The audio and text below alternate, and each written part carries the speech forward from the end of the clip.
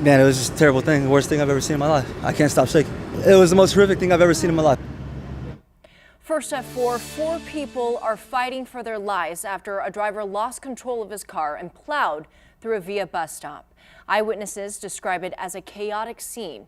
It happened this morning at the corner of Culebra and North Zarzamora. That's where Eyewitness News reporter Sue Calberg joins us live. Sue? Police say 4 people left here in critical condition.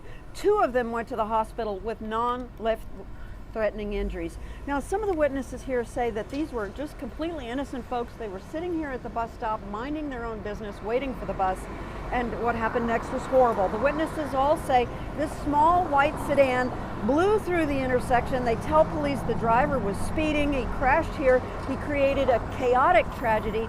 The witnesses say the area around here was crowded with pedestrians, people who were immediately trying to help those who were injured. He must have been going about 60 miles an hour. He was definitely speeding. One woman was pregnant. She's the one that's in the most critical condition. She couldn't move at all. None of them could move. I just felt sad and hoped and prayed that nobody died. Now, there are still plenty of questions that we don't know the answer to. We haven't been given the names of any of the injured people, so we can't get up-to-the-minute condition updates, and we don't know much about the driver, so we are continuing to dig for those answers, and as we get them, we will bring them to you on air and online at KENS5.com.